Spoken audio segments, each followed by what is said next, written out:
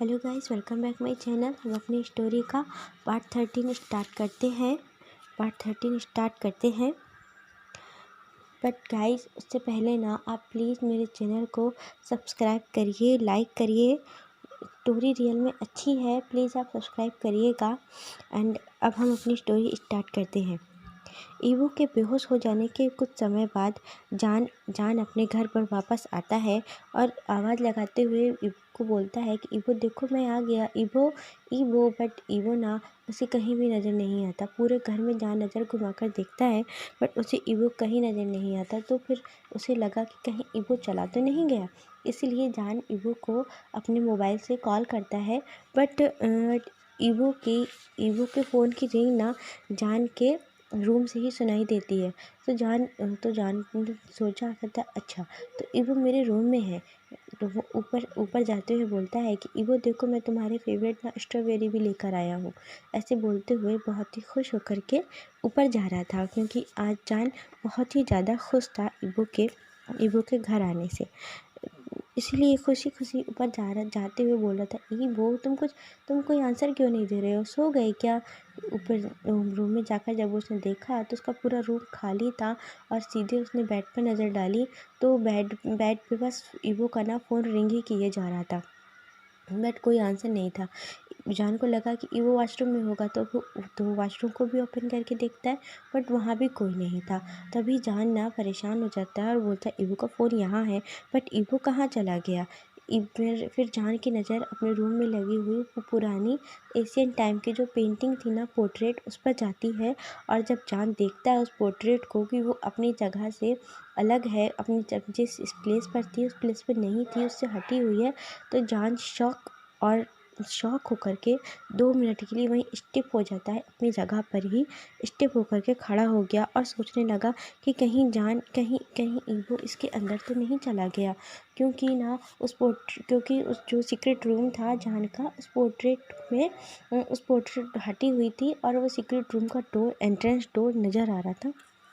तो जान बिना कुछ सोचे सारे हाथ की स्ट्रॉबेरी जो लिए था वहीं उसके हैंड से गिर जाती है। रूम में वहीं फेंक करके सीधे अंदर जाता है और जा कर के देखता है तो ईवो ना बेजान सा फर्श पे पड़ा हुआ था और वो जो रूम पूरे रेड कलर की लाइट से रोशनी से जगमगा रहा था, चमक रहा था। उसमें पूरी रेड कलर की रोशनी लाइट चमक रही थी और जो क्रिस्टल था, रेड कलर का क्रिस्टल, वो ईवो की बॉडी के चारों तरफ घूम रहा था। ये नज़ारा देखकर जान इतना ज़्यादा घबरा गया और जान की आंखों में आंसू आ गए कि पता नहीं ईवो को क्या हुआ। ईवो तुरंत दौड़ के ईवो के पास जाता है और ईवो के हेड को अपने लैब में रख के ईवो को आवाज़ लगाने लगता है कि ईवो ईवो उठो, ईवो उठो, तुम्हें क्या हुआ, ईवो उठो। बट ईवो ना उठ ही नहीं रहा था, कोई भी कुछ भी आंसर नहीं दे रहा था। वो ऐसा लग रहा था कि बस जैसे कि ईवो के बॉडी में अब कोई जान ही नहीं बची है। तभी जान ना अपनी स्पिरिचुअल एनर्जी से ईवो के रिस्ट में हैंड रख करके चेक करता है।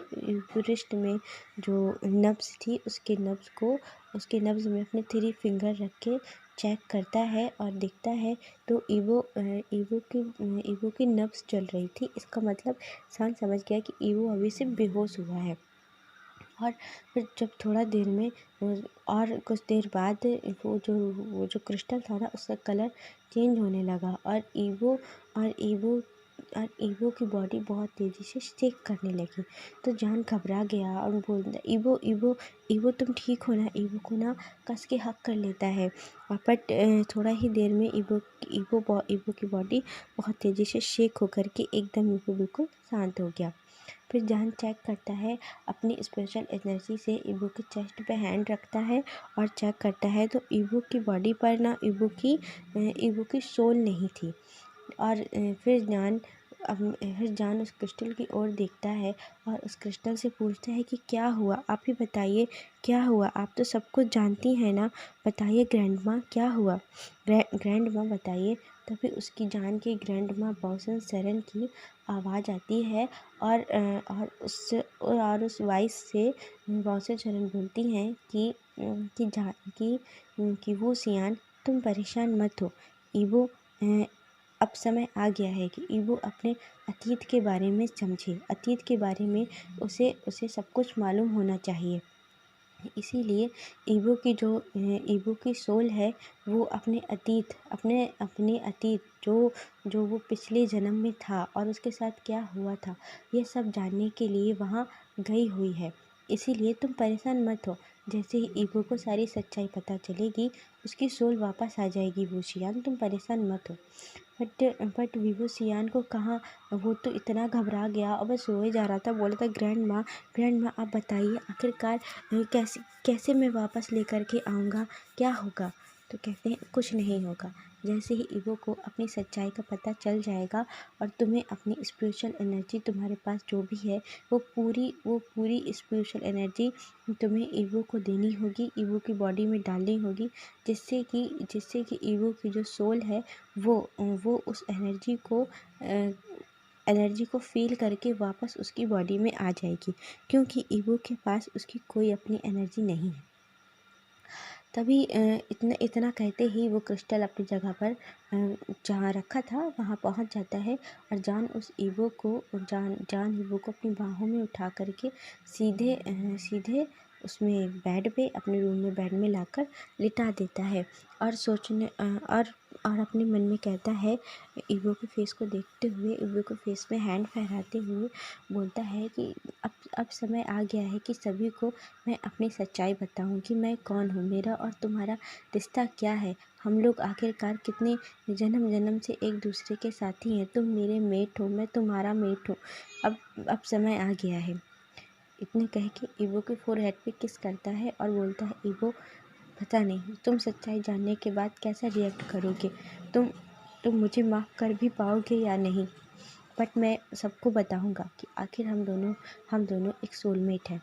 तभी वूशियान जान अपना फ़ोन निकाल के फ़ोन करता है तो फैंगबियन वहाँ से कॉल उठाते हैं, बोलते हैं, हेलो जान, हाँ क्या हुआ?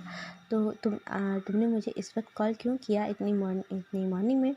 तो जान कहता है, कुछ भी नहीं बोलता, बस इतना कहता है जान की फैंगबियन आप अपनी पूरी फैमिली और पूरी वांग फैमिली को लेकर के वापस आओ, मेरे घर पे आ जाओ।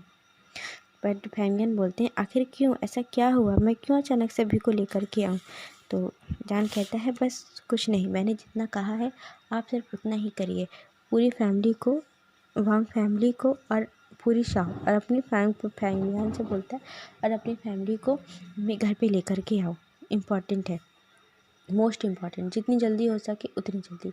इतना कह के फ़ोन रख देता है। और फिर इसके बाद हमें टाइम स्किप करके 2 घंटे बाद का दिखाते हैं। फैंगमियान आवाज़ लगाते हुए बोलते हैं, जान देखो मैं आ गया, सभी लोगों को मैं ले भी आया हूँ, पूरी मिस्टर वांग एंड उनकी फैमिली, और मैं अपनी फैमिली को भी लेकर आया हूँ, तुम कहाँ हो? अभी जान अपने रूम से निकल के बाहर आता है और सभी लोगों को लिविंग हॉल में खड़े हुए देखता है। तो वो जान बहुत शांति से बोलता है कि आइए आप सब बैठिए। वहाँ पर सभी लोग लिविंग हॉल में बैठते हैं। बट वांगी थी, वो बोलती हैं ईवो की मदर कि ईवो तो घर से बोलकर निकला था कि वो जानकार से मिलने जा रहा है, बट ईवो यहाँ नहीं है, कहाँ है ईवो? जान कहता है, ईवो आइए मैं आप सबको दिखाता हूँ। जान बहुत ही शांति से, और उसके फेस पे परेशानी नज़र आ रही थी। सभी लोग ये देख के थोड़ा शांत तो थे पर कुछ पूछ नहीं रहे थे अभी। तो जान को फॉलो करते हैं और जान को फॉलो करते हुए सभी लोग जान के रूम में जाकर देखते हैं तो ईवो बेड पे लेटा हुआ था। ये देखते ही लेनी कहती है, क्या हो, वांगी कहती है, क्या हुआ? ईवो की मदर बोलती है, क्या हुआ ईवो को, इस तरह ईवो यहाँ क्यों लेटा हुआ है? तो तो जान कहता है, मैं आपको वही बता रहा हूँ।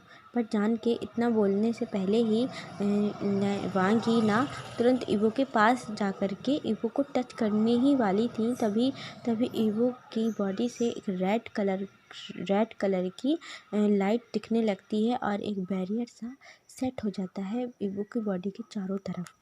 तो जान दौड़ कर जाता है और ई का और वांग ई का हैंड पकड़ के उसे पीछे खींच लेता है एंड बोलता है कि प्लीज़ आप उसे टच मत करिए, आप इस वक्त ईवो को टच नहीं कर सकती।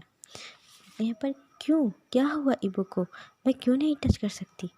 ते मैं बता रहा हूँ ना क्या हुआ है। सभी लोग बहुत ज़्यादा घबरा जाते हैं देख कर के, और जान से सिजान कहते हैं कि जान का बताइए ना, आप इस तरह इतनी पहेलियाँ क्यों बुझा रहे हैं, बस बताइए कि आखिरकार ईबो को क्या हुआ। तो जान कहता है कि मैं जो कह रहा हूँ आप लोगों को मेरी बात पर विश्वास करना होगा। मैं आपको वो अपनी सच्चाई बताने जा रहा हूँ, अपनी और ईबो की सच्चाई बताने जा रहा हूँ। तो मिस्टर वांग कहते हैं कि क्या क्या सच्चाई बताने जा रहे हो और ईबो को क्या हुआ? तो कहते ईबो बिल्कुल ठीक है। जान कहते ईबो को कुछ नहीं हुआ है, ईबो बिल्कुल ठीक है, वो बस अभी बेहोश हुआ है, कुछ समय बाद उसे होश आ जाएगा। मैं उसे वापस लेकर आऊँगा अपने ईबो को।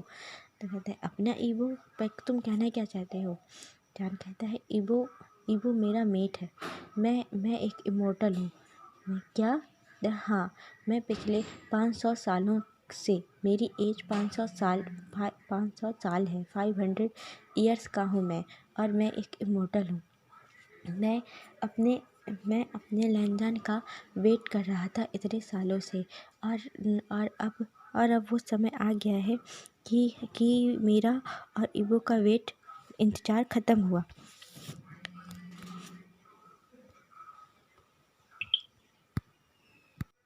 यह सुन सभी वहाँ बहुत कंफ्यूज हो जाते हैं, और कंफ्यूजन से सब एक दूसरे की ओर देखने लगते हैं, एक दूसरे की साइड देखते हैं। और मिस्टर वांग बोलते हैं कि ऐसा कुछ नहीं होता। इमोर्टल हम कैसे माने कि तुम एक इमोर्टल हो और 500 ईयर के हो? मैं तुम्हें तुम्हें तो देख करके कोई नहीं कह सकता कि तुम एक इमोर्टल हो। तभी विंग एक सरकास्टिक सी स्माइल करता है और बोलता है, जान कहता है कि हाँ, आप लोगों को मानना ये मुश्किल होगा, क्योंकि आजकल ये मॉडर्न वर्ल्ड है ना, और इस मॉडर्न वर्ल्ड में ये सब मानना बहुत ही मुश्किल है। बट मैं और ईबो हम दोनों सोलमेट हैं, एंड हम लोगों का जो बॉन्ड है वो पिछले लाइफ से है, ईबो की पिछले लाइफ से है। ईबो ने मेरे लिए ही बर्थ लिया है, अपने सोल को अपने सोल को अपने मेट से मिलवाने के लिए। तो ये कहते हुए कह रहा था, तो शिनचैन बोलता है बट मुझे ईबो की फ़िक्र हो रही है। ये आखिरकार ईबो की बॉडी में ये रेड लाइट ऐसा क्या है, ये क्या निकल रहा है? जान कहता है ये कुछ नहीं है, ये जो लाइट है ये ईबो को प्रोटेक्ट कर रही है, और ताकि जो इस समय ईबो ईबो बेहोश है ना, इसीलिए ईबो को कोई दूसरा पर्सन यहाँ टच ना करे, उसकी बॉडी को हार्म ना करे, इसीलिए ये लाइट निकल रही है और उसे प्रोटेक्ट कर रही है ईबो को। मिस्टर वांग कहते हैं ऐसा कुछ नहीं होता, कोई मेट वेट नहीं होता आजकल की लाइफ में, और इतना ज़्यादा लव कोई किसी से कैसे कर सकता है कि वो अगले जन्म तक उसका इंतज़ार करे, और कोई 500 सालों तक बैठकर उसका वेट करे। जान कहता है कि हाँ, जब हम रियल लव करते हैं ना, तब हम एक दूसरे का इस तरह इंतज़ार वेट करते हैं। आजकल लोग ना सिर्फ मॉडर्न वर्ल्ड में सिर्फ एक दूसरे की बॉडी से ही लव करते हैं, सोल से नहीं। लेकिन जब जो रियल लव होता है वो सोल टू सोल होता है। एंड मैं और ईबो और मैं और मेरा लहनजान सोल टू सोल एक दूसरे से लव करते थे। इसीलिए मैं इतने सालों तक उसका वेट कर रहा हूँ, क्योंकि उसने मुझसे कहा था कि मैं उसका वेट करूँ, इसलिए मैं उसका वेट कर रहा हूँ।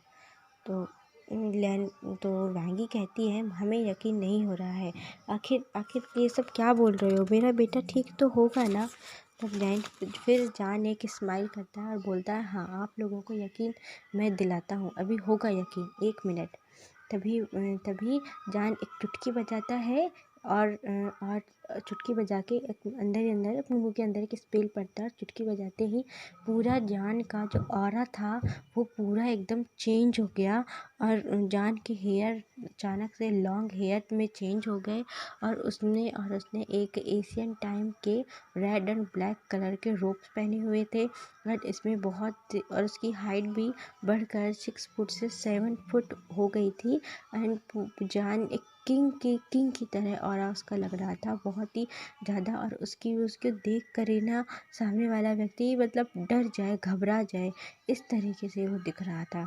और उसके फेस में वो जो तेज चमक नज़र आ रही थी, और पूरा ही ऊपर से नीचे तक पूरा ही जान पूरा चेंज हो गया था। ये देख कर वहाँ जितने खड़े थे ना, सभी लोग एकदम आश्चर्यचकित हो जाते हैं और जान की ओर बस एक नज़र देखे ही जा रहे थे। पूरी वांग फैमिली तो बहुत ही ज़्यादा शॉक थी, और साथ में साओ फैमिली भी, तो साओ फैंगमियान,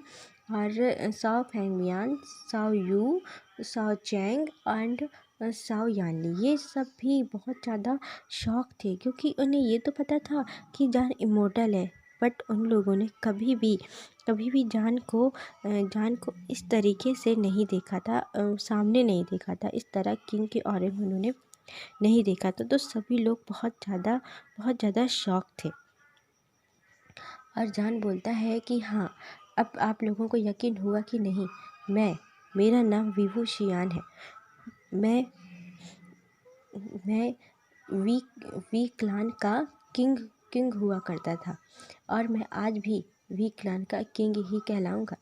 और मेरा मेट लैंग जान है, जो कि उसने इस जन्म में एक ईबो बन कर के जन्म लिया है।